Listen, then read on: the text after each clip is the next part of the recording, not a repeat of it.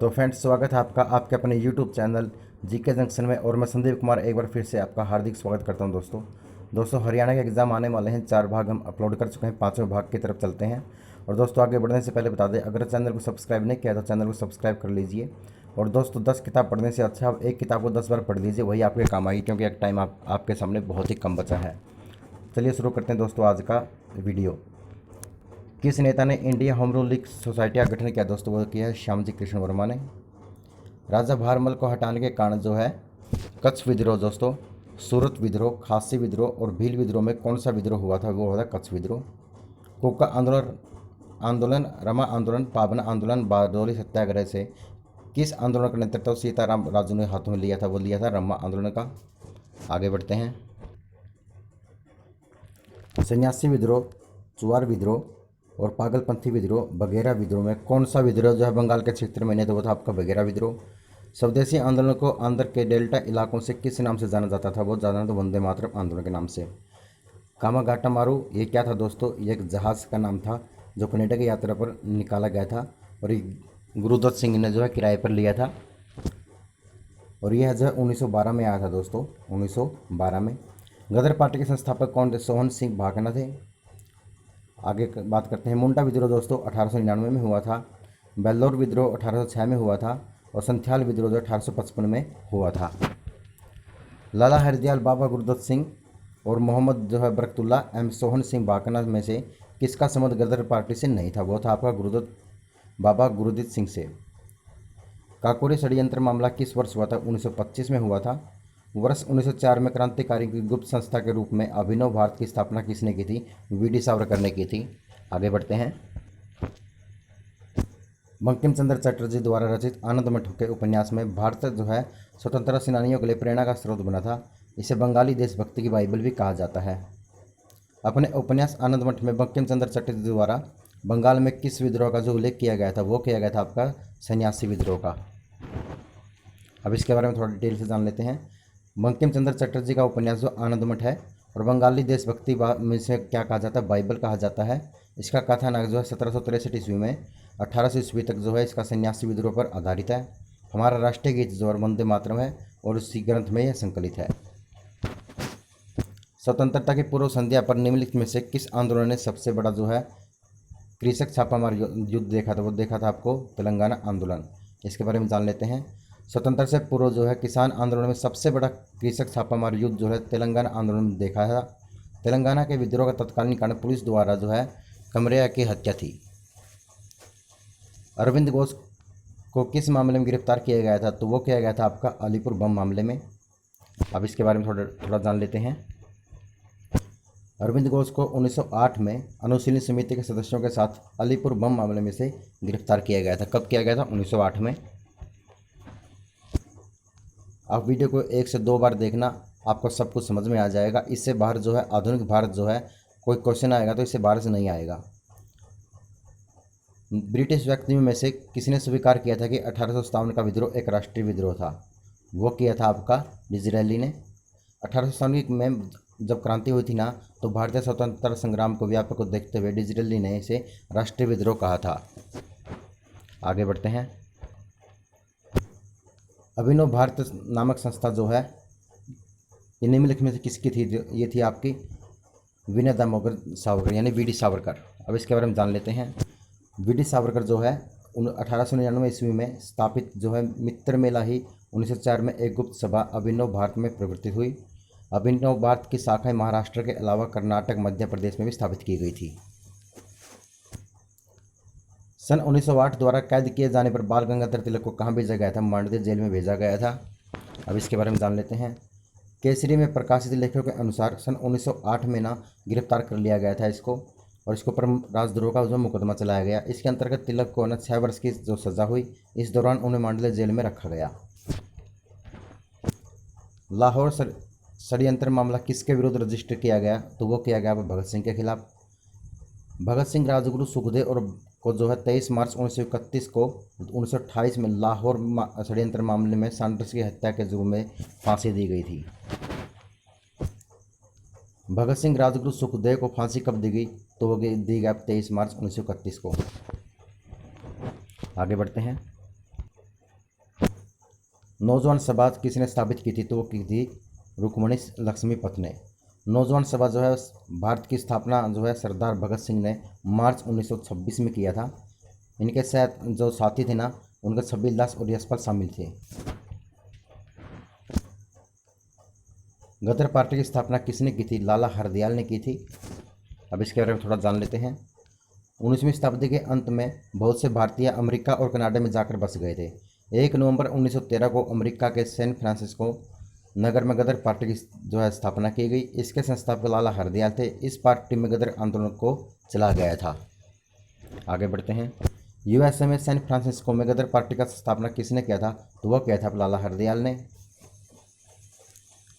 लाला हरदयाल एक महान बुद्धिजीवी का संबंध था दोस्तों, वो था गदर आंदोलन से। गदर पार्टी के संस्थापक कौन थे? तो वो थे आपके लाला हरदयाल। आगे बढ़ते हैं। गदर पार्टी की जो मुख्यालय है दोस्तों, वो था आपका सैन फ्रांसिस्को में। किसने गदर आंदोलन में महत्वपूर्ण भूमिका निभाई थी? तो वो में निभाई थी लाला हरदयाल ने। अब इसके बारे में थोड़ा डिटेल से जान लेते हैं। वर्ष 1913 में ना सोहना सिंह भाकना ने Hindustan Association of the Pacific Coast नामक एक संस्था की स्थापना की थी। इस संस्था ने गदर नामक एक अखबार निकाला था, जिससे इस संस्था का नाम भी गदर पार्टी पड़ गया। लाला हरदयाल इस संस्था के मनीषी पद पर प्रदर्शक थे। गदर पार्टी के सदस्यों में रामचंद्रन बरकतुल्ला और रास बिहारी बोस, राजा महेंद्र प्रताप और अब्दुल रहमान, भिकाजी कामा भाई और परमानंद करतार सिंह सराबा और पंडित काशीराम आदि प्रमुख थे। कौन सी जनजाति जो है ताना भगत आंदोलन के साथ जुड़ी हुई है? वो जुड़ी आपकी ओरांव जनजाति। ताना भगत आंदोलन की शुरुआत जो है प्रथम विश्व युद्ध जो 1914 में शुरू हुआ था, उसके बाद छोटा नागपुर में हुई थी। इस आंदोलन में ओराव जनजाति का जो है भगत बलराम भगत और देवमेनिया भगत ने अपना नेतृत्व किया था। जतरा भगत ने भी जो है यहाँ लगान की दरों पर ऊंची वृद्धि और चौकीदारी करके विरुद्ध जो है आंदोलन के साथ गांधीवादी कार्यकर्ताओं के साथ जो है रचनात्मक कार्यक्रम किए थे।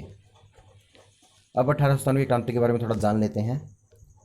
वर्ष 1854 से 54 में और 56 में 57 में और 58 में किस वर्ष जो है भारतीय सैनिकों के लिए समुद्र यात्रा अनिवार्य कर दी? 1856 में। आगे बढ़ते हैं। 1824 में सिपाहियों ने ईस्ट इंडिया कंपनी के लिए लड़ने के लिए समुद्र मार्ग से कहाँ जाने से इनकार किया? बर्मा जाने से। रानी लक्ष्मीबाई की शिकस्त पर हुई, उन्हें कब मारा गया? वो 1858 में, जून 1858 में। नवंबर में बहादुर शाह जफर की मृत्यु हुई थी, वो रंगून में हुई थी। मंगल पांडे को कहाँ फांसी दी गई थी? बैरकपुर में। और पहला क्रांतिकारी यही था। 1857 के विद्रोह में भारत को स्वतंत्रता संग्राम की संज्ञा किसने प्रदान की? वीडी सावरकर ने प्रदान की थी। मंगल पांडे ने 1857 के विद्रोह की पहली गोली चलाई थी, वो चलाई थी आपकी बैरकपुर में। 29 मार्च 1857 को 34वीं रेजिमेंट बैरकपुर के मंगल पांडे ने अपने साथियों का विरोध जो है विद्रोह के लिए आह्वान किया। मंगल पांडे ने एकजुट होकर जो है एडजुटेंट लेफ्टिनेंट बाग की हत्या कर दी थी और मेजर सार्जेंट जो है पुरसोन को गोली मार दी थी। मंगल पांडे को 8 अप्रैल 1857 को ना फांसी पर लटका दिया गया था और 34वीं रेजिमेंट को जो है भंग कर दिया गया था। 1857 का विद्रोह के बारे में जान लेते हैं। 1857 का विद्रोह जो है सिपाहियों ने शुरू किया था। किसने शुरू किया था? सिपाहियों ने। 1857 का विद्रोह प्रशासनिक परिणाम शक्ति का आंदोलन था दोस्तों, वो था ईस्ट इंडिया कंपनी से ब्रिटिश सम्राट को। आगे बढ़ते हैं। अब इसके बारे में थोड़ा जान लेते हैं। 1858 ईस्वी में ना ब्रिटिश संसद द्वारा पारित कानून जो है शासन का अधिकार जो है ईस्ट इंडिया कंपनी से लेकर ब्रिटिश सम्राट को दे दिया गया था। इसके पूर्व भारत पर सत्ता कंपनी ने डायरेक्टरों और बोर्डों पर कंट्रोल की थी। अब शासन का भार जो है ब्रिटिश सरकार के मंत्री, जो भारत मंत्री और अथवा सेक्रेटरी ऑफ स्टेट कहा जाता था, और उनको यह अधिकार दे दिया गया था। उसकी सहायता के लिए यह काउंसिल जो है नियुक्त कर दी गई थी। बहादुर शाह जो है अंतिम मुगल शासक था और 1857 की क्रांति में महत्वपूर्ण भूमिका निभाई थी इन्होंने। अब इसके बारे में जान लेते हैं। बहादुर शाह द्वितीय अंतिम मुगल शासक था। 1857 की क्रांति के दौरान पकड़कर रंगून जिले में से बंद कर दिया गया था। 1857 की क्रांति के दौरान भारत का गवर्नर जनरल कौन था दोस्तों? वो था लॉर्ड कैनिंग। 1857 के विद्रोह के दौरान लॉर्ड कैनिंग जो है 1856-62 में भारत के गवर्नर जनरल रहे थे। आगे बढ़ते हैं। 1857 का विद्रोह जो दोस्तों वो सर्वप्रथम 29 मार्च 1857 को बैरकपुर में यानी मंगल पांडे द्वारा हुआ था। 10 मई 1857 को मेरठ के में जो विद्रोह हुआ और 12 मई 1857 को मेरठ के विद्रोह सैनिकों ने दिल्ली पर अधिकार कर लिया था। 1857 की क्रांति जो है झांसी में भी विद्रोह हुआ था इसका। आगे बढ़ते हैं।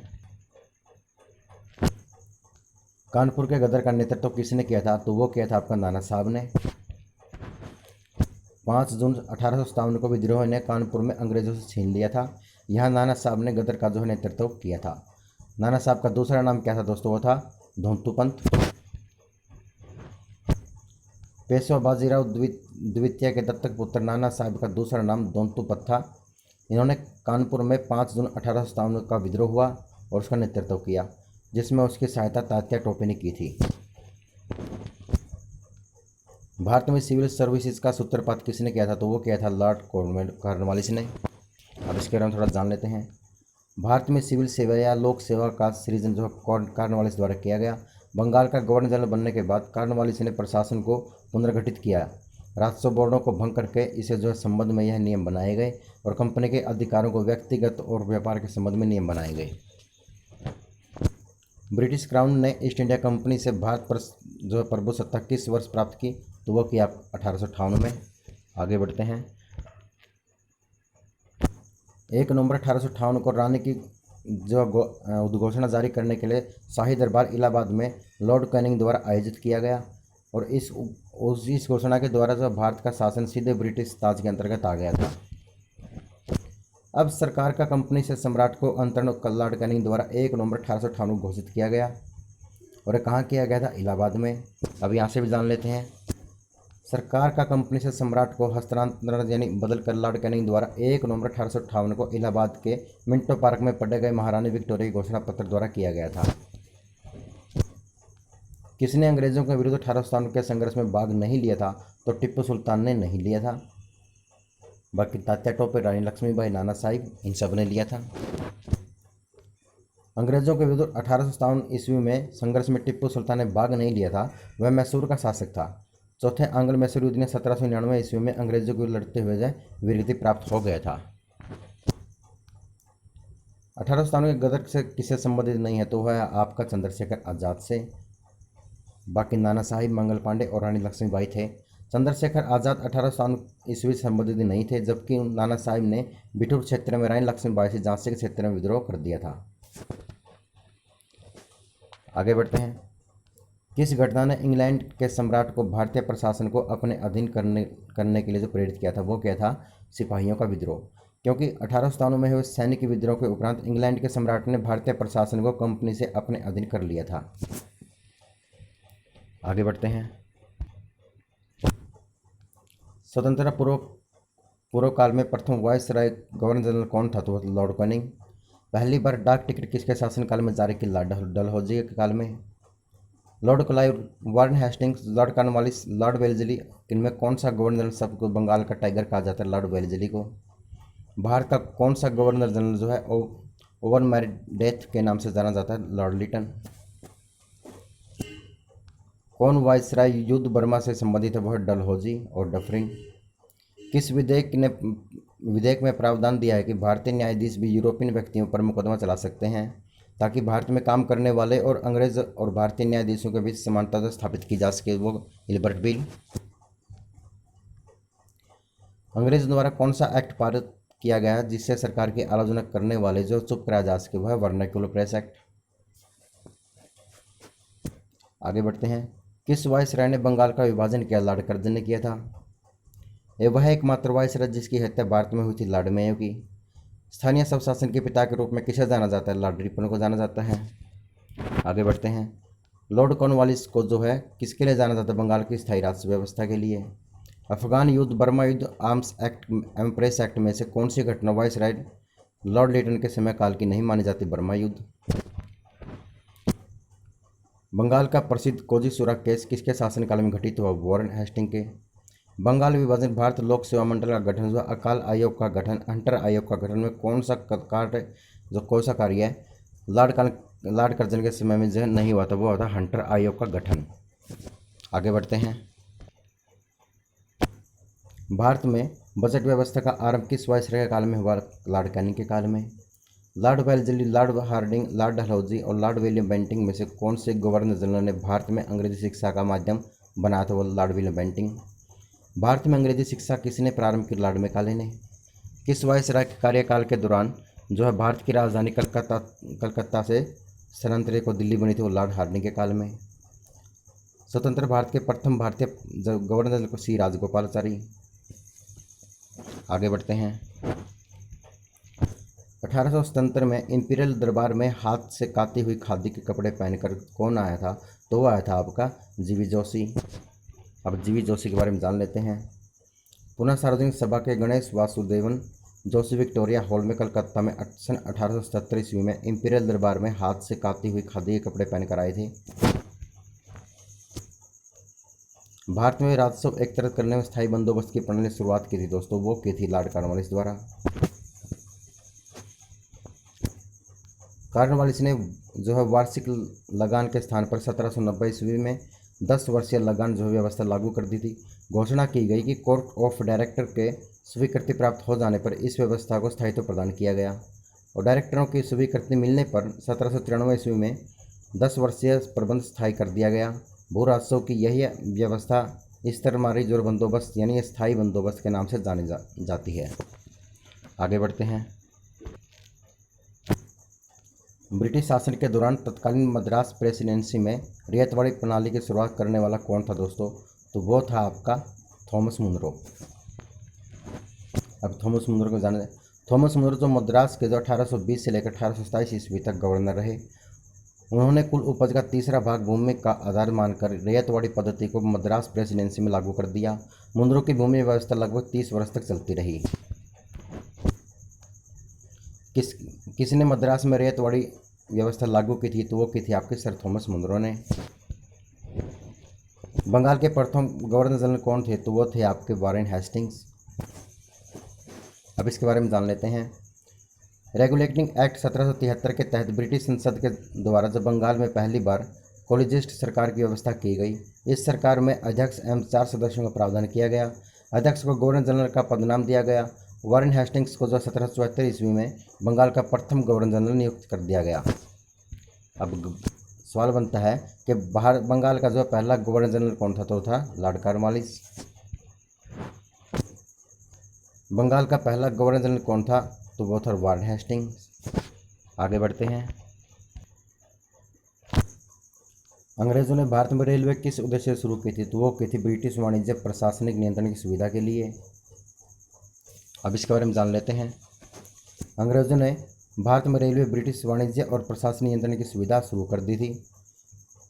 किस गवर्नर जनरल ने भारत में सती प्रथा का अंत किया था? तो वो किया था लॉर्ड विलियम बेंटिंक ने। इसके बारे में जान लेते हैं। लॉर्ड विलियम बेंटिंक ने कानून बनाकर सती प्रथा को जो पूरी तरह से प्रतिबंधित कर दिया था। 1829 में नियम 17 यानी कि इसके विधवाओं को जलाना अवैध घोषित कर दिया था।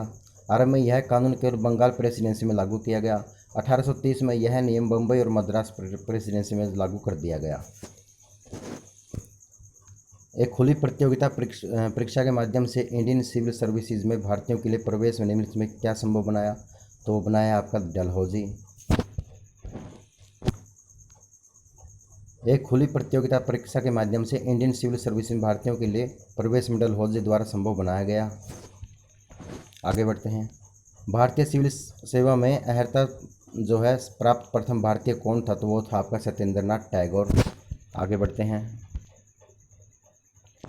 भारतीय सिविल सेवा में चुने गए पहले भारतीय सत्येंद्रनाथ टैगोर जो 1863 ईस्वी में थे। दूसरे सुरेंद्रनाथ बनर्जी थे जिनका चयन जो है 1869 में किया गया।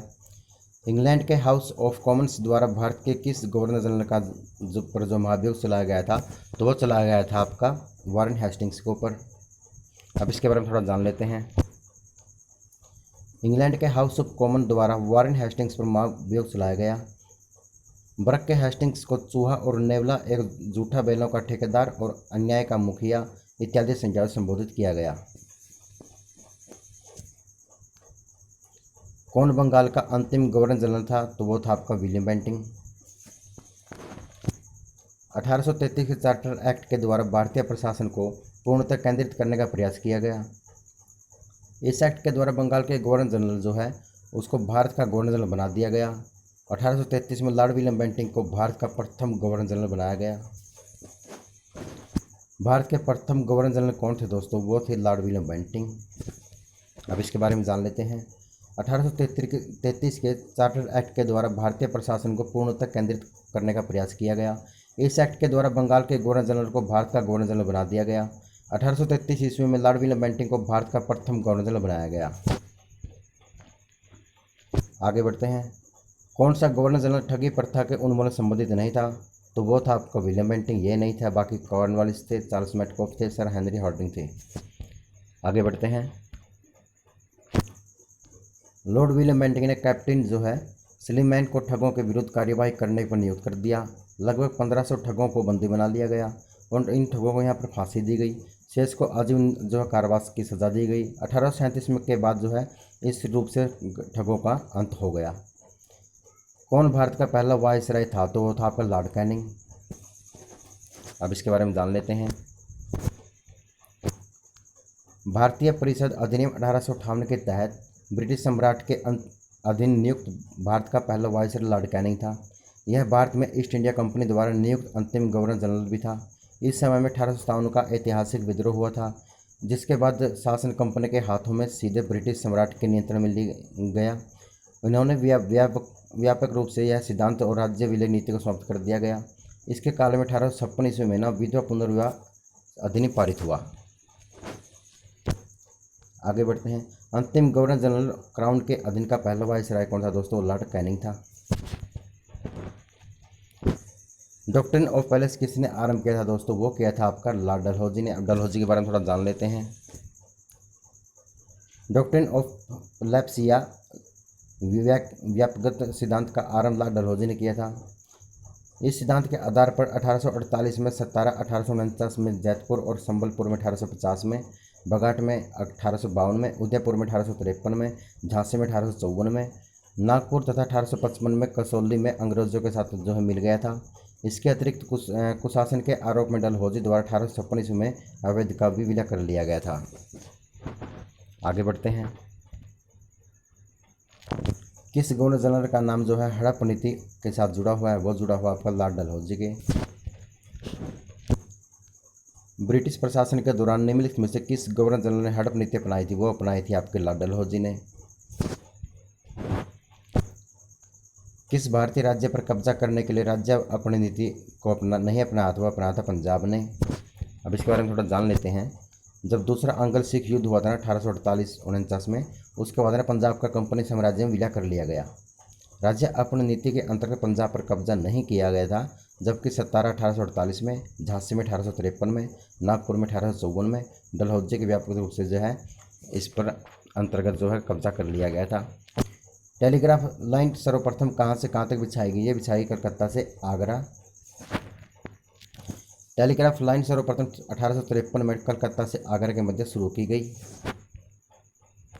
आगे बढ़ते हैं। साथियों, आपके लिए इतनी मेहनत की जा रही है तो एक लाइक और कमेंट और सब्सक्राइब तो जरूर कर देना। भारत का अंतिम वायसराय कौन था दोस्तों? वो था लॉर्ड माउंटबेटन, और इसी के तहत जो भारत को आज़ादी मिली थी। अब जानते हैं इसके बारे में। भारत का अंतिम वायसराय लॉर्ड माउंटबेटन था। लॉर्ड माउंटबेटन के शासनकाल में 4 जुलाई 1947 को ब्रिटिश संसद में इटली द्वारा भारतीय स्वतंत्रता विधेयक जो है प्रस्तुत किया गया। 18 जुलाई को यह पारित किया गया था।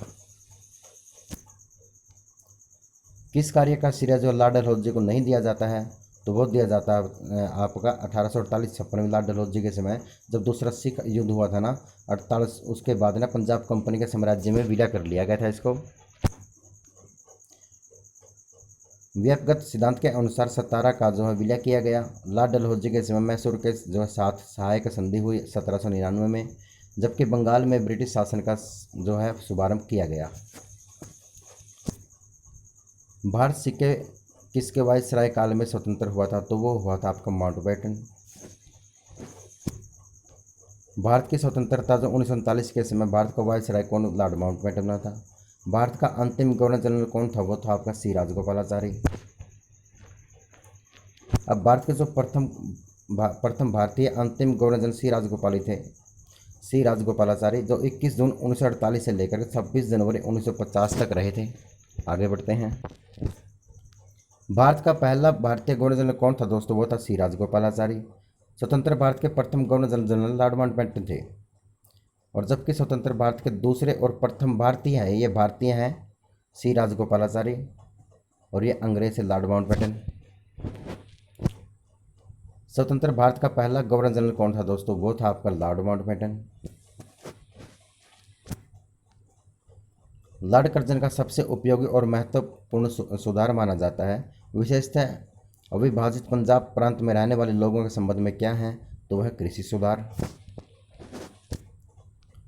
लॉर्ड कर्जन द्वारा 1901 में सर कॉलिन स्टॉकमैन मोनक्रिफ की अध्यक्षता में सिंचाई आयोग की नियुक्ति की गई। इसके द्वारा झेलम नहर का निर्माण किया गया, कार्य पूर्ण करवाया गया। अपर चिनाब, अपर झेलम और लोअर बारी दोआब नहरों का कार्य जो है हाथ में लिया गया। इसके शासनकाल में ही पंजाब में भूमि को अधिग्रहण अधिनियम 1900 में पारित किया गया, जिसको किसानों की भूमि का गैर किसानों के पास जो है यह भेज दी गई और इसका यह समाप्त कर दी गई। 1905 में ना लॉर्ड कर्जन के शासनकाल में ना शैक्षिक क्षेत्र को भारतीय विश्वविद्यालय अधिनियम 1904 बनाया गया। पुलिस सुधारों के तहत 1902 में यह फ्रेजर कमीशन गठित की गया। अब लॉर्ड कर्जन के वायसराय होने के दौरान इनसे कौन सी घटना नहीं थी? तो वह यह आपकी जो है ये डी आंसर गलत होगा। भारतीय राष्ट्रीय कांग्रेस का गठन नहीं हुआ था। बंगाल का विभाजन हुआ था 1905 में। पुरातत्व विभाग की स्थापना हुई और द्वितीय दिल्ली सरकार में दिल्ली दरबार बना। आगे बढ़ते हैं। भारतीय राष्ट्रीय कांग्रेस का गठन 1885 में लॉर्ड डफरिन के समय में हुआ था। बंगाल का विभाजन 1905 में हुआ। पुरातत्व विभाग की स्थापना हुई 1904 के तहत जो है दोस्तों। दूसरे दिल्ली दरबार जो है 1903 में लॉर्ड कर्जन के समय में हुआ था। भारतीय विश्वविद्यालय अधिनियम किसने पारित किया था? तो वो किया था आपका लॉर्ड कर्जन ने। अब इसके बारे में थोड़ा पढ़ लेते हैं। भारतीय विश्वविद्यालय अधिनियम लॉर्ड कर्जन ने 1899 से 1905 ईस्वी तक के कार्यकाल में पारित किया गया। 1902 में सर थॉमस रेले की अध्यक्षता में विश्वविद्यालय आयोग का गठन किया गया और वर्ष 1904 में उसके आधार पर भारतीय विश्वविद्यालय का अधिनियम पारित किया गया। भारतीय महाविद्यालय अधिनियम 1904 के पारित होने के बाद भारत के वायसराय कौन थे? तो वो थे आपके लॉर्ड कर्जन। भारत में स्थानीय स्वशासन का अग्रगामी कौन था दोस्तों? तो वो था आपका लॉर्ड रिपन। लॉर्ड रिपन के कार्यकाल में प्रस्तुत स्थानीय स्वशासन प्रस्ताव 1882 में भारत में आधुनिक स्थानीय स्वशासन का प्रारंभ माना जाता है। कहा जाता है कि लॉर्ड रिपन को भारत में स्थानीय स्वशासन का पिता कहा था। लॉर्ड रिपन ने प्रांतीय सरकारों को यह आज्ञा दी कि प्रांतीय और स्थानीय नागरिक वित्तीय साधनों का एक सर्वेक्षण करें, जिसमें यह निश्चित किया गया कि किन किन जो है नदी का आय और स्थानीय प्रशासन के जो सुपुर्द किया जा सकता है। आगे बढ़ते हैं। भारत में स्थानीय स्वशासन का जनक किसे माना जाता है? वो जाना जाता है लॉर्ड रिपन को। जो भारत में पहली बार जो 1853 में रेलगाड़ी चली थी वो चली थी आपकी मुंबई से ठाणे तक। भारत में पहली बार जो है 16 अप्रैल 1853 को बोरी बंदर यानी मुंबई से ठाणे तक रेल यात्रा शुरू की गई थी। 1892 का जो विकास परिषद है ना अधिनियम किसकी योजना पर आधारित है? डफरिन की योजना पर। किस वर्ष में मुस्लिमों के लिए अलग जो है निर्वाचकों की मांग की थी? 1909 में। पिट्स इंडिया एक्ट के तहत निम्न में से किसे स्थापित किया गया था? तो वो किया गया था नियंत्रण बोर्ड को। अब इसके बारे में थोड़ा जान लेते हैं। पिट्स इंडिया एक्ट 1784 द्वारा इंग्लैंड सरकार के अधीन एक नियंत्रण बोर्ड की स्थापना की गई, जिसका कार्य डायरेक्टर से नीतियों को नियंत्रण करना था। इस नियंत्रण बोर्ड में 6 सदस्य होते थे, जिनमें से 2 सदस्य ब्रिटिश मंत्रिमंडल के शेष प्रीवी काउंसिल थे। पिट्स इंडिया एक्ट 1784 क्या था? अब इसके बारे में जान लेते हैं। पिट्स इंडिया एक्ट, जिसमें ईस्ट इंडिया कंपनी अधिनियम 1784 के नाम से जाना जाता है, एक अधिनियम था जो ग्रेट ब्रिटेन की संसद द्वारा जो नियामक अधिनियम 1773 की कंपनियों में सुधार हेतु गतिविधियों पर नियंत्रण स्थापित करने के लिए पारित किया गया था। आगे बढ़ते हैं। कोलकाता में उच्चतम न्यायालय की स्थापना किसके द्वारा की गई थी? तो वो की गई 1773 का अधिनियम के तहत। अब इसके बारे में थोड़ा जान लेते हैं। कोलकाता में उच्चतम न्यायालय की स्थापना 1773 के अधिनियम के तहत की गई थी। इस न्यायालय में प्रधान न्यायाधीश के अलावा 3 अन्य न्यायाधीश भी होते थे। सर एलिजा इम्पे को मुख्य न्यायाधीश और चैम्बर्स लिमेस्टर एवं हाइड को न्यायाधीश बनाया गया था। आगे बढ़ते हैं। किस चार्टर एक्ट में चीन के साथ ईस्ट इंडिया कंपनी का व्यापार अधिकार समाप्त हुआ था? तो वो हुआ था चार्टर एक्ट 1833 के तहत। अब इसके बारे में थोड़ा पढ़ लेते हैं। 1833 के चार्टर एक्ट से चीन के साथ ईस्ट इंडिया कंपनी का व्यापारिक अधिकार समाप्त हो गया। 1833 के चार्टर एक्ट की धारा 87 के द्वारा योग्यता को सेवा का आधार स्वीकार कर लिया गया। इस एक्ट के द्वारा बंगाल के गवर्नर जनरल को भारत का गवर्नर जनरल बना दिया गया। आगे बढ़ते हैं। सांप्रदायिक निर्वाचन क्षेत्रों की पद्धति शुरुआत भारत में किसके द्वारा की गई? तो वो की गई 1909 के मार्ले मिंटो सुधार के द्वारा। आगे बढ़ते हैं। अब इसके बारे में थोड़ा जान लेते हैं। सांप्रदायिक निर्वाचन क्षेत्रों की पद्धति की शुरुआत अक्टूबर 1909 में मुस्लिम मंत्रिमंडल की आगा खां मांग पर मार्ले मिंटो सुधार द्वारा की गई थी। उस समय भारत के सचिव जो है लॉर्ड मार्ले और वाइसराय जो है लॉर्ड मिंटो थे। भारत में प्रांतीय स्वायत्तता की शुरुआत कब की गई थी? तो यह की गई थी आपकी भारत सरकार अधिनियम 1935 द्वारा। अब इसके बारे में थोड़ा जान लेते हैं।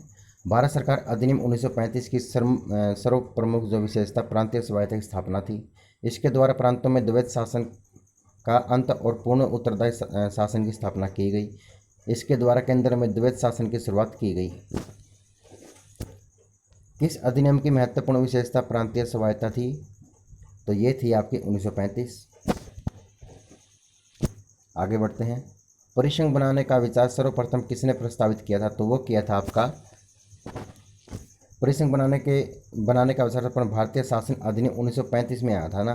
तो अखिल भारतीय 11 ब्रिटिश प्रांतों में 6 चीफ कमिश्नर और क्षेत्रों में देशी रियासतों से मिलाकर बनाना था।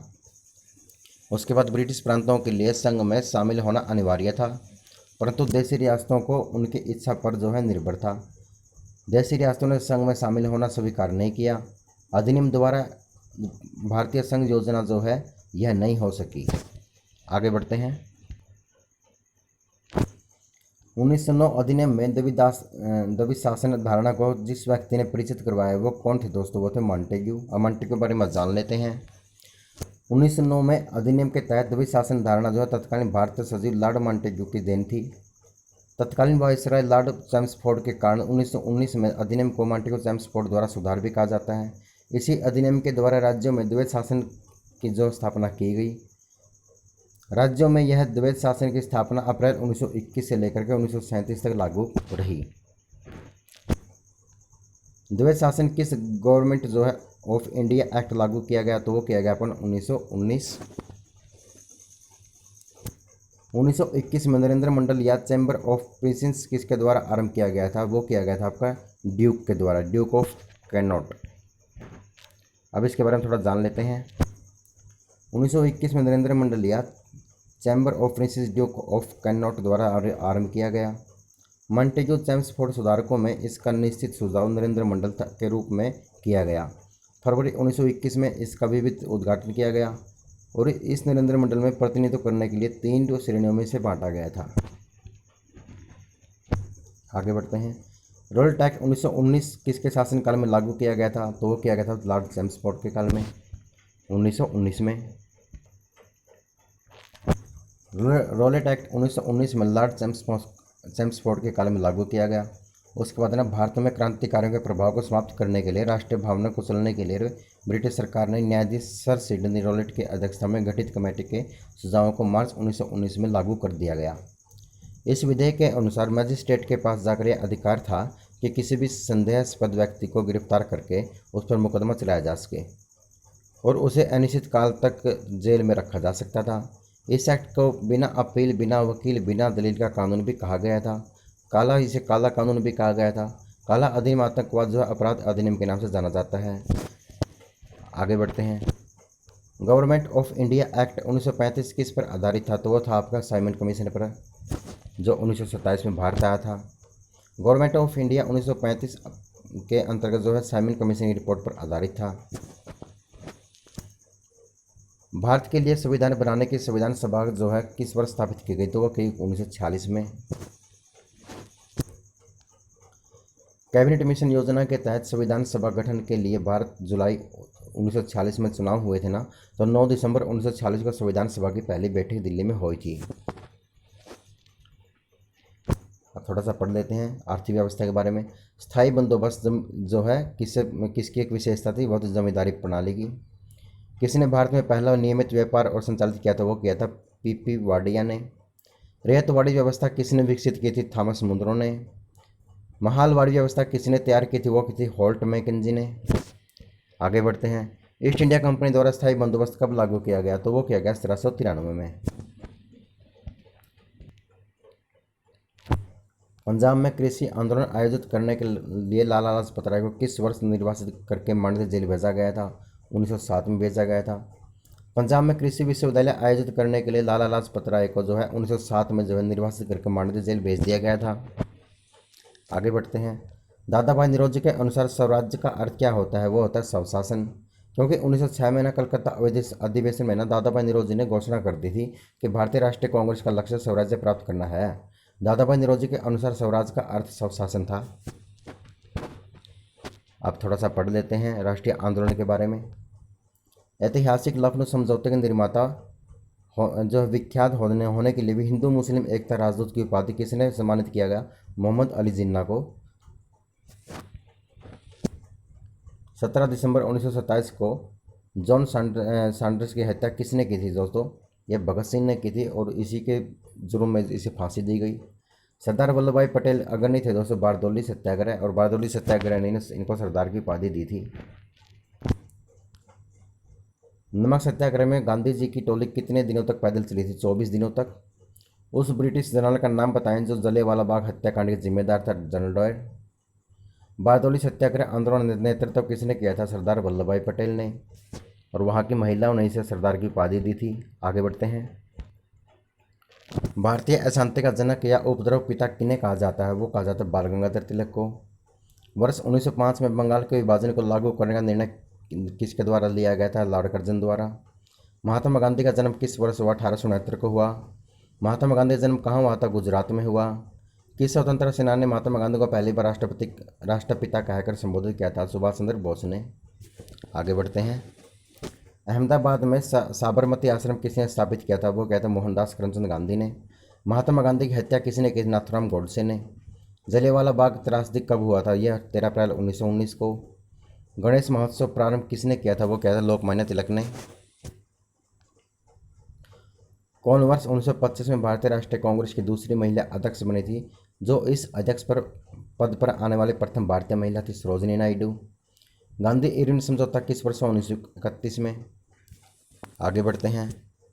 आज़ाद हिंद एक भारतीय अस्थायी सरकार थी जिसे जो है काबिज के लिए सिंगापुर में 1943 में स्थापित किया गया था।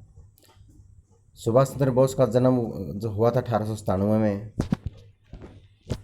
आगे बढ़ते हैं। स्वतंत्रता आंदोलन के दौरान सुभाष चंद्र बोस ने भारतीय राष्ट्रीय जो थल सेना का जो है निर्माण किया। जवाहरलाल नेहरू का जन्म हुआ दोस्तों 1889 में। महात्मा गांधी द्वारा भारत छोड़ो आंदोलन का प्रारंभ हुआ 8 अगस्त 1942 को।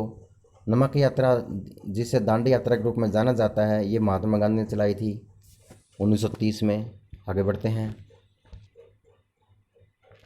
आचार्य नरेंद्र देव, राम मनोहर लोहिया, जयप्रकाश और सुभाष चंद्र बोस ने कौन सी कांग्रेस समाजवादी दल से संबंधित नहीं थे, वो थे सुभाष चंद्र बोस। 1888 के किस अधिवेशन में कांग्रेस के लिए संविधान का निर्माण किया गया, इलाहाबाद में। किस वर्ष कास्ट डिसेबिलिटीज एक्ट जो पारित किया गया था, वह 1850 में। कांग्रेस के किस अधिवेशन में सर्वप्रथम किसी विदेशी ने अध्यक्षता की थी, इलाहाबाद में। आगे बढ़ते हैं। भारत में पहली बार संपूर्ण देश में किस वर्ष किसान दिवस मनाया गया था, 1936 में। वर्ष 1928 में कोलकाता में अखिल भारतीय मजदूर किसान पार्टी के अध्यक्ष कौन चुने गए, सोहेल सिंह जोश। आगे बढ़ते हैं। किसे महात्मा गांधी के राजनीतिक गुरु माना जाता है, गोपाल कृष्ण गोखले को। किस वर्ष मुस्लिम लीग ने देश के पश्चिमी तौर पर पूर्वी क्षेत्रों में मुसलमानों के लिए जो है स्वतंत्र राज्यों की मांग करते हुए एक प्रस्ताव जारी किया, 1940 में। चौरा चोरी घटना हुई थी दोस्तों 1922 में। किस वर्ष महात्मा गांधी ने रोलेट अधिनियम के खिलाफ सत्याग्रह का आह्वान किया था, 1919 में। किस वर्ष बंगाल का विभाजन हुआ था? 1905 में, लॉर्ड कर्जन के काल में। असहयोग आंदोलन को किस दौर में गति मिली? 1921-22 में। शुरुआत हुई 1920 में।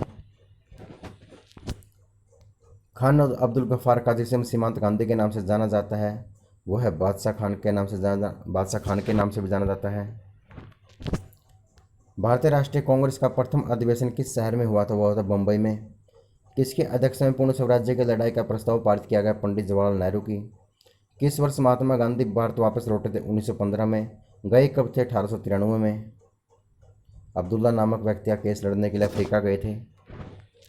किस वर्ष साइमन कमीशन भारत आया था? 1928 में आया था। और नियुक्ति कब हुई थी? 1927 में।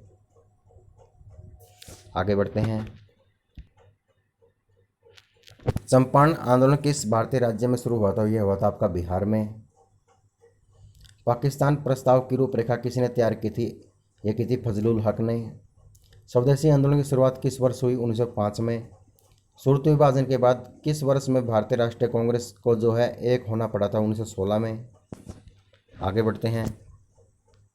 किस वर्ष महात्मा गांधी ने असहयोग आंदोलन वापस ले लिया था? 1922 में। किस नेता ने इंडियन नेशनल आर्मी का गठन किया? सुभाष चंद्र बोस ने। आगे बढ़ते हैं। जलियांवाला बाग जो है हत्याकांड हुआ 1919 को हुआ था। वर्ष 1918 में किस शहर में महात्मा गांधी ने सफलतापूर्वक मिल मजदूरों की हड़ताल पर जो है नेतृत्व किया था? वह अहमदाबाद में।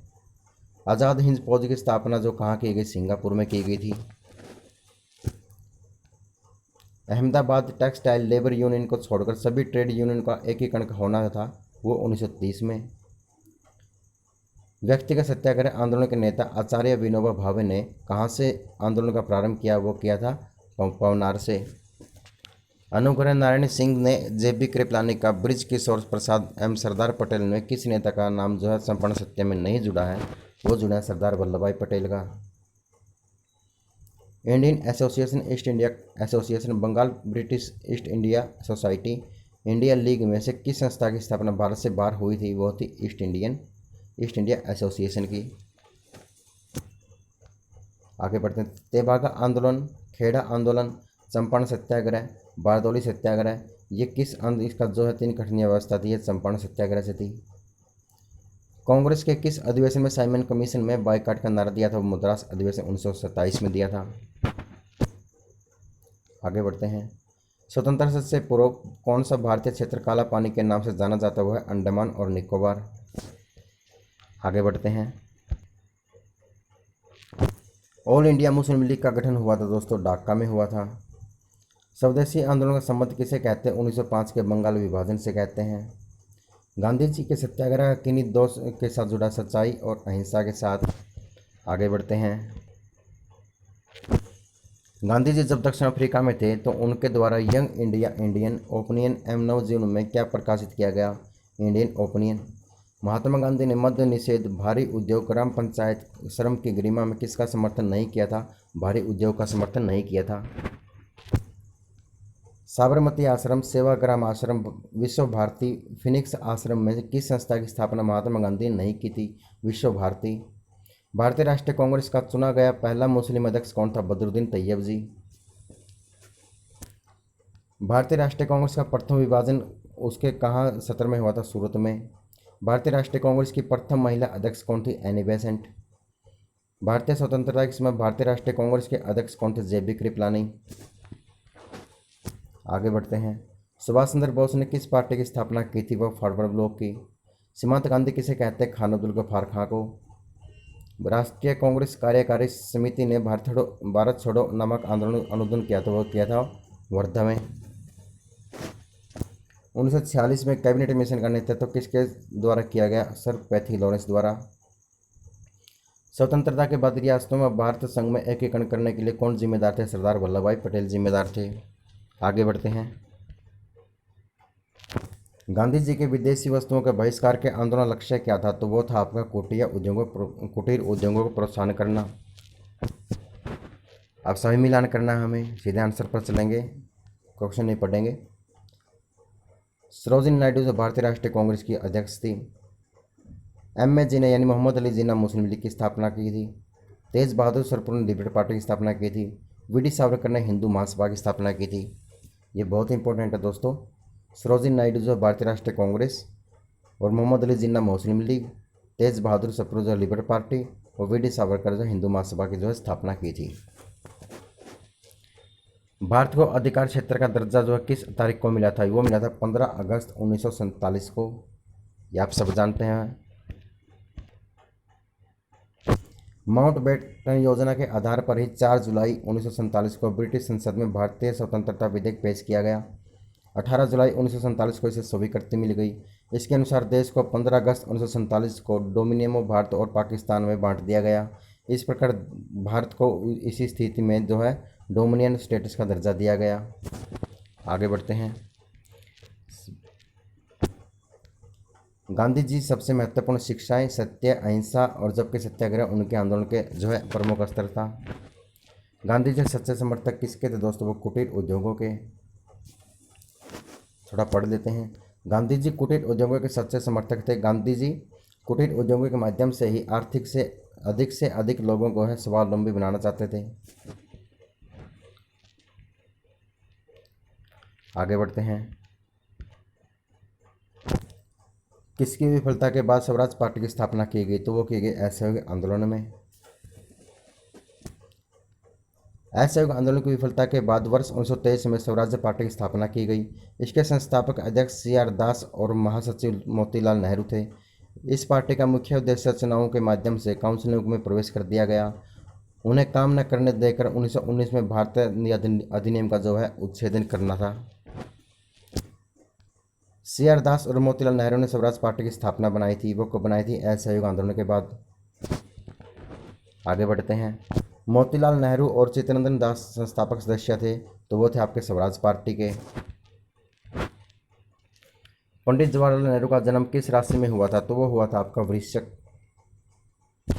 अब इसके नाम से थोड़ा सा जान लेते हैं आगे।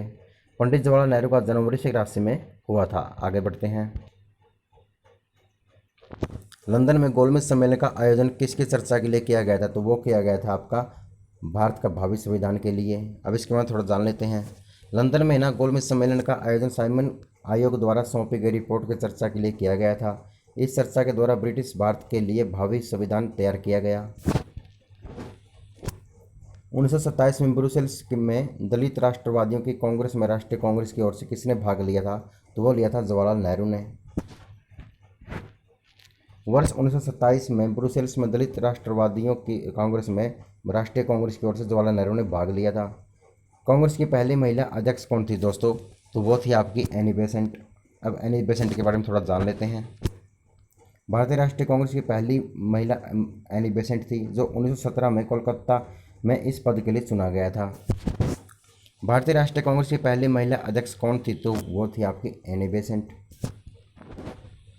आगे बढ़ते हैं। जब स्वतंत्रता की माउंटबेटन योजना स्वीकार की गई, उसमें भारतीय राष्ट्रीय कांग्रेस का अध्यक्ष कौन था? तो वो था आपका आचार्य JB कृपलानी। 14 जून 1947 को माउंटबेटन योजना स्वीकार की गई। उस समय भारतीय राष्ट्रीय कांग्रेस के अध्यक्ष आचार्य JB कृपलानी थे। नवंबर 1947 में JB कृपलानी ने कांग्रेस की अध्यक्षता में त्यागपत्र दे दिया था। आगे बढ़ते हैं। बाल पाल और लाल अत्यंत जो है प्रमुख नेता थे।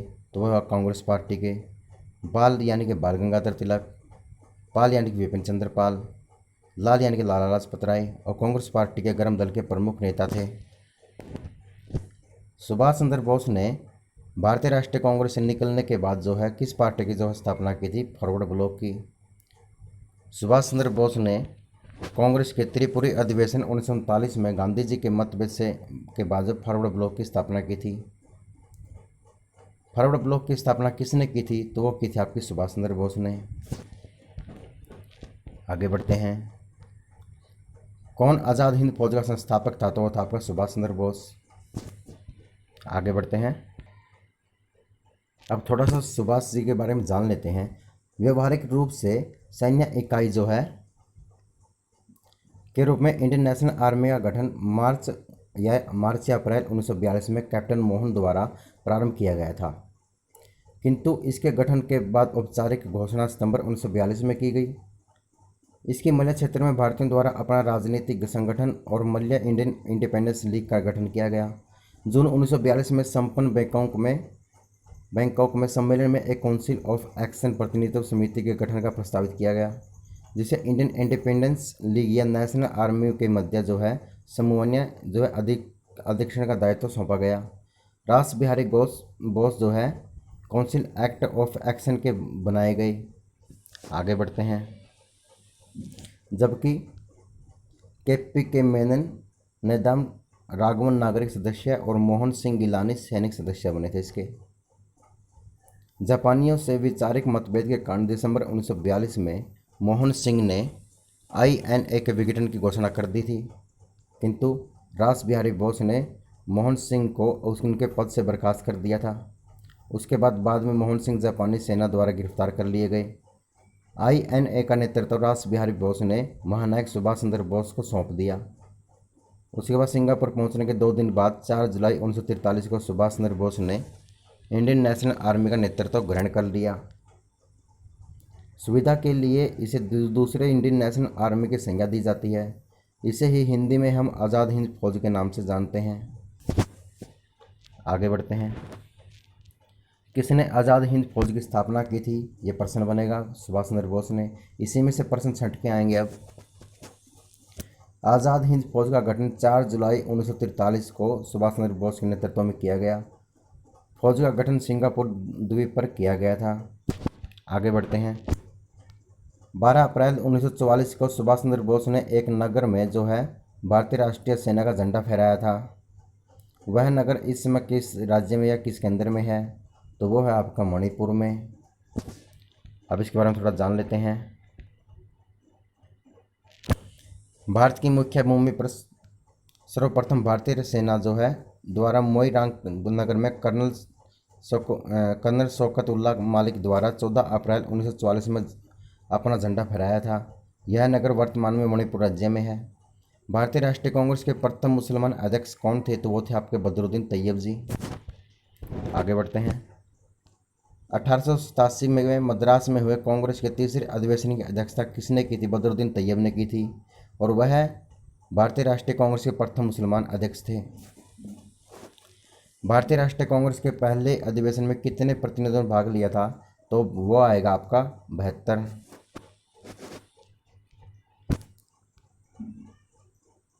भारतीय राष्ट्रीय कांग्रेस का पहला अधिवेशन 28 दिसंबर 1885 को मुंबई के ग्वालियर टैंक स्थित गोकुलदास तेजपाल संस्कृत कॉलेज में हुआ था, जिसके अध्यक्ष व्योमी सुंदर बनर्जी ने की थी। इसमें कुल 72 प्रतिनिधियों ने भाग लिया था, जिसमें बम्बई प्रेसिडेंसी ने 38 और मद्रास से 21, बंगाल से 3, उत्तर प्रदेश अवध से 7 और पंजाब से 3 प्रतिनिधि शामिल थे। हरियाणा से कौन गए थे? राय बहादुर लाला मुरलीधर गए थे। वर्ष 1885 में भारतीय राष्ट्रीय कांग्रेस की प्रथम मीटिंग की अध्यक्षता किसने की थी? वो की थी व्योमी सुंदर बनर्जी ने। आगे बढ़ते हैं। इंडियन नेशनल कांग्रेस का संस्थापक कौन था? तो वो था A.O. ह्यूम। अब इसके बारे में थोड़ा पढ़ लेते हैं। इंडियन नेशनल कांग्रेस के संस्थापक A.O. ह्यूम थे। इसकी स्थापना 1885 में की गई थी। आगे बढ़ते हैं। भारतीय राष्ट्रीय कांग्रेस के गठन संबंधी आंदोलन की शुरुआत किसने की थी? वो की थी आपकी A.O. ह्यूम ने। अब इसके बारे में थोड़ा पढ़ लेते हैं। 1884 में A.O. ह्यूम ने भारतीय राष्ट्रीय संघ की स्थापना की। भारतीय राष्ट्रीय कांग्रेस का पहला अग्रदूत था। कलकत्ता, मुंबई, मद्रास का दौरा करने के उपरांत इसने घोषणा की कि दिसंबर 1885 में भारतीय राष्ट्रीय कांग्रेस संघ का एक सम्मेलन जो है पुणे में आयोजित किया जाएगा। लेकिन पुणे में हैजा फैलने के कारण बीमारी फैल गई थी वहाँ पर। उसके सम्मेलन का स्थान बदलकर वह तेजपाल संस्कृत कॉलेज यानी विश्वविद्यालय बम्बई में कर दिया गया। इसका पहला अधिवेशन 28 दिसंबर 1885 में हुआ। इसके सम्मेलन में दादा भाई नौरोजी ने सुझाव पर संगठन का नाम बदलकर भारतीय राष्ट्रीय कांग्रेस कर दिया गया। भारतीय राष्ट्रीय कांग्रेस के पहले अधिवेशन की अध्यक्षता व्योमी सुंदर बनर्जी ने की थी। इसके प्रथम महासचिव स्वयं को A.O. ह्यूम थे। आगे बढ़ते हैं। भारतीय राष्ट्रीय कांग्रेस का पहला महासचिव कौन था? तो आंसर आएगा आपका A.O. ह्यूम। अगला प्रश्न है, भारतीय राष्ट्रीय कांग्रेस के संस्थापक कौन थे? तो आपका A.O. ह्यूम। अब इसमें बताना कौन सा कथन सही नहीं है। तो इसमें जो ये कथन सही नहीं है, बाकी 3 सही हैं। उसने राष्ट्रीय कांग्रेस की स्थापना की थी A.O. ह्यूम ने। वह ऑर्निथोलॉजिस्ट था। भारतीय सिविल सेवा का सदस्य भी था। आगे बढ़ते हैं। ए.ओ. ह्यूम भारतीय सिविल सेवा में सदस्य थे। वे एक पक्षी विज्ञानी थे, यानी कि और ऑर्निथोलॉजिस्ट थे। वह भारतीय राष्ट्रीय कांग्रेस की स्थापना की थी। उन्होंने कांग्रेस के वार्षिक सत्रों की कभी अध्यक्षता नहीं की, बल्कि केवल संस्थापक थे। आगे बढ़ते हैं। किस आंदोलन का नेतृत्व महात्मा गांधी ने नहीं किया था? तो वो महात्मा गांधी ने स्वदेशी आंदोलन का नेतृत्व नहीं किया था, बाकी भारत छोड़ो, असहयोग और सविनय अवज्ञा आंदोलन किया था। अब इसके बारे में थोड़ा पढ़ लेते हैं। स्वदेशी आंदोलन 1905 में नेतृत्व महात्मा गांधी ने नहीं किया था। लॉर्ड कर्जन ने 19 जुलाई 1905 को बंगाल विभाजन की निर्णय घोषणा की थी, जिसके परिणाम स्वरूप 7 अगस्त 1905 को कोलकाता में टाउन हॉल में स्वदेशी आंदोलन की स्थापना यानी घोषणा की गई। 16 अक्टूबर 1905 का दिन था जिस दिन विभाजन प्रभावी हुआ। पूरे बंगाल में शोक दिवस के रूप में मनाया गया। रविंद्रनाथ टैगोर के सुझाव पर विभाजन दिवस को राखी बंधन दिवस के रूप में मनाया गया। असहयोग आंदोलन 1920 से 22 तक चला। सविनय अवज्ञा आंदोलन 1930 में। भारत छोड़ो आंदोलन 1942 में। इसका नेतृत्व महात्मा गांधी ने किया था। आगे बढ़ते हैं। खिलाफत आंदोलन किसको अपमानित करने के खिलाफ विरोधियों के लिए प्रारंभ किया गया था? तो वो आपका किया गया था टर्किश खलीफा। अब इसके बारे में थोड़ा पढ़ लेते हैं। तुर्की के सुल्तान को इस्लाम का खलीफा मानते थे। प्रथम विश्व युद्ध के समाप्ति के बाद ब्रिटिश सरकार ने टर्की साम्राज्य का विघटन करने का निश्चय किया। भारतीय मुसलमान रुष्ट हो गए और परिणाम स्वरूप 17 अक्टूबर 1919 को अखिल भारतीय सत्ता का खिलाफत दिवस मनाया गया। पाकिस्तान नाम किसने गढ़ा था? तो यह गढ़ा था चौधरी रहमत अली ने। आगे बढ़ते हैं। अब इसके बारे में थोड़ा जान लेते हैं। कैम्ब्रिज विश्वविद्यालय के एक छात्र चौधरी रहमत अली ने 1933 में पाकिस्तान शब्द का सर्वप्रथम प्रयोग now or never are we to live for or perish forever नामक से वितरित अपने पैम्फलेट में किया था। ब्रिटिश भारत की 5वीं उत्तरी राजनीतिक इकाइयों के नाम से अंग्रेजी में प्रथम अक्षरों को मिलाकर यह नाम बनाया गया। ये इकाइयाँ थी पंजाब के North West Frontier Province, Kashmir, Sindh और बलूचिस्तान। जबकि 22-24 मार्च को 1940 के मध्य लाहौर में हुए मुस्लिम लीग के अधिवेशन में यह स्वतंत्र और संप्रभु राज्य के रूप में औपचारिक रूप से पाकिस्तान की मांग की गई थी। आगे बढ़ते हैं। वर्ष 1916 में भारतीय राष्ट्रीय कांग्रेस और मुस्लिम लीग द्वारा दूसरे निकट आए थे। वो कब आए थे? लखनऊ समझौते में। 1916 में भारतीय राष्ट्रीय कांग्रेस और मुस्लिम लीग समझौते में जो एक दूसरे के निकट आ गए थे। भारतीय राष्ट्रीय कांग्रेस के किस अधिवेशन में कांग्रेस और मुस्लिम लीग का ऐतिहासिक मिलन हुआ था? तो लखनऊ समझौते में हुआ था। आगे बढ़ते हैं।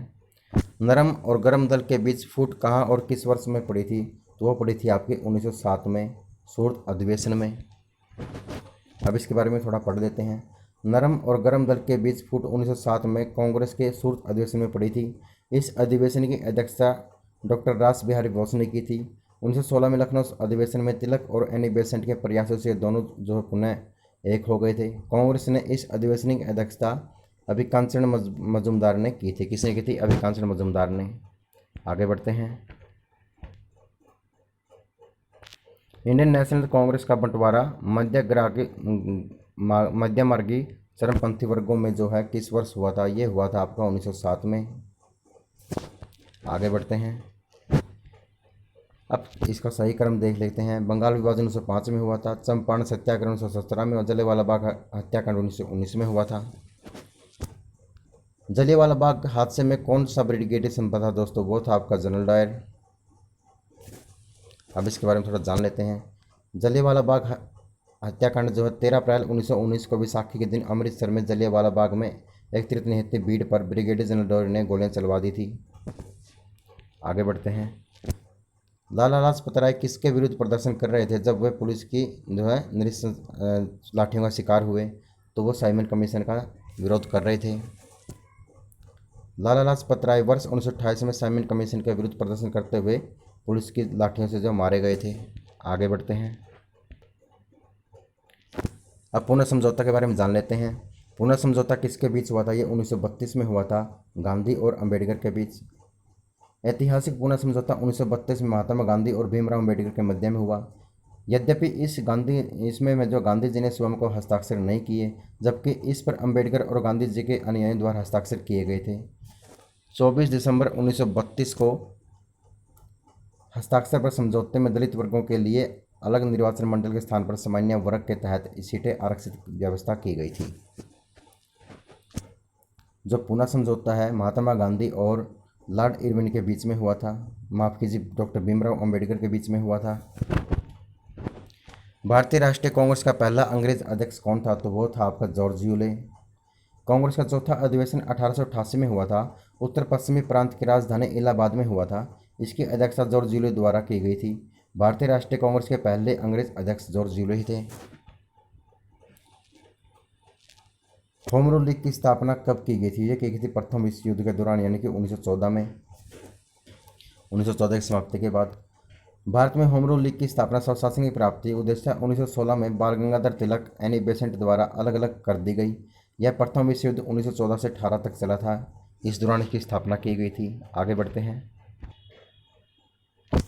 ऑल इंडिया मुस्लिम लीग की स्थापना किसने की थी? वो की थी आगा खान ने। वर्ष 1906 में ढाका में अखिल भारतीय मुस्लिम लीग की स्थापना नवाब सलीमुल्लाह खां और आगा खां के नेतृत्व में की गई थी। मुस्लिम लीग की स्थापना किस वर्ष हुई थी? 1906 में हुई थी। आगे बढ़ते हैं।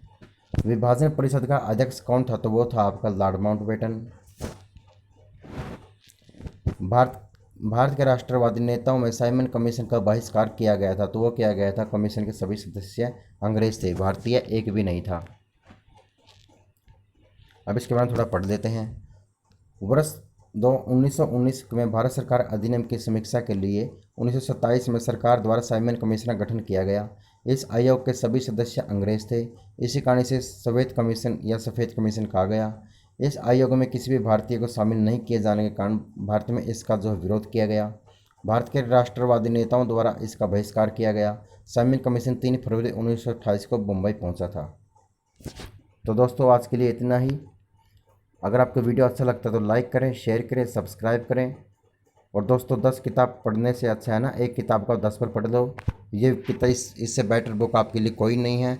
आप इस वीडियो को ना कम से कम 10 बार देख लोगे तो कोई भी किताब पढ़ने की आपको ज़रूरत नहीं है। आज के लिए इतना ही। जय हिंद, जय भारत।